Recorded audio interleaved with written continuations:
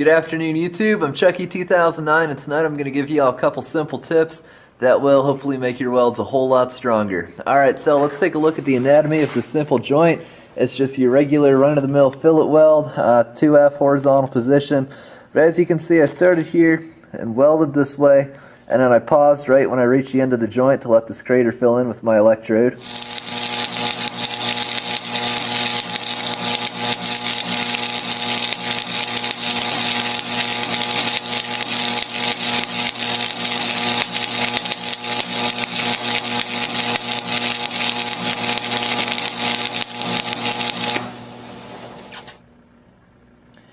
And so, well, now that this has been welded in, you guys got to see me do that there. By far the weakest part of this entire joint is this crater right here. 9 times out of 10 when a weld fails, it starts at the crater and works its way back.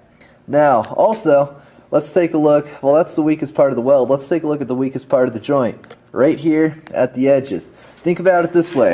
On this simple example joint here, you know, this is just tacked in a few places, and since I have this epically awesome superhuman strength here, if I were going to pull this apart, it would be a whole lot easier to start pulling on here and pull it apart from the edge than it would from here and pull it apart from the center, as you can obviously imagine.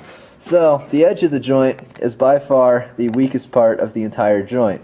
And so when you put the weakest part of your weld next to the weakest part of the joint, you have kind of a recipe for disaster right there.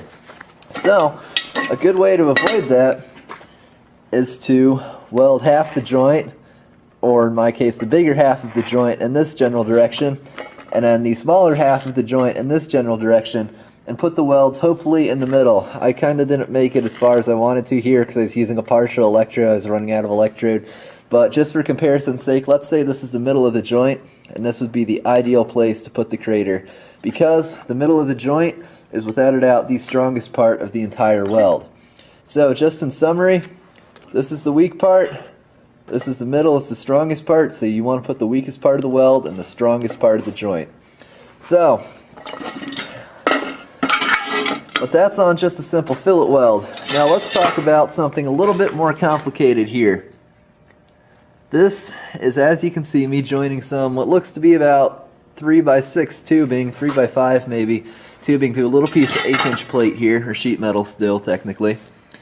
And so, again, the corner is by far the weakest, so you don't want to stop here. Now, as y'all can see, I started here and welded around the corner. Alright, roll the clip of me doing that.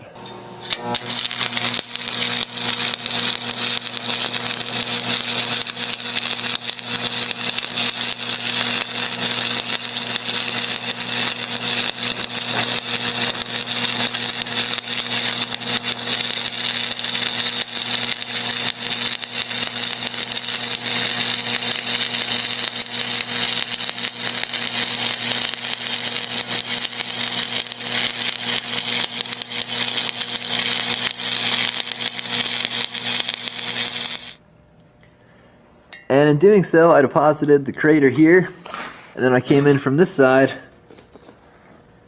did essentially the same thing. So, alright, well, that's the right way to do it. This over here is the wrong way. As you can see, I stopped at the corner here and I put the weakest part of the weld at the weakest part of this joint. Because if I were going to pull this thing off of here, it'd be a whole lot easier to go that way diagonally than it would to go that way or that way.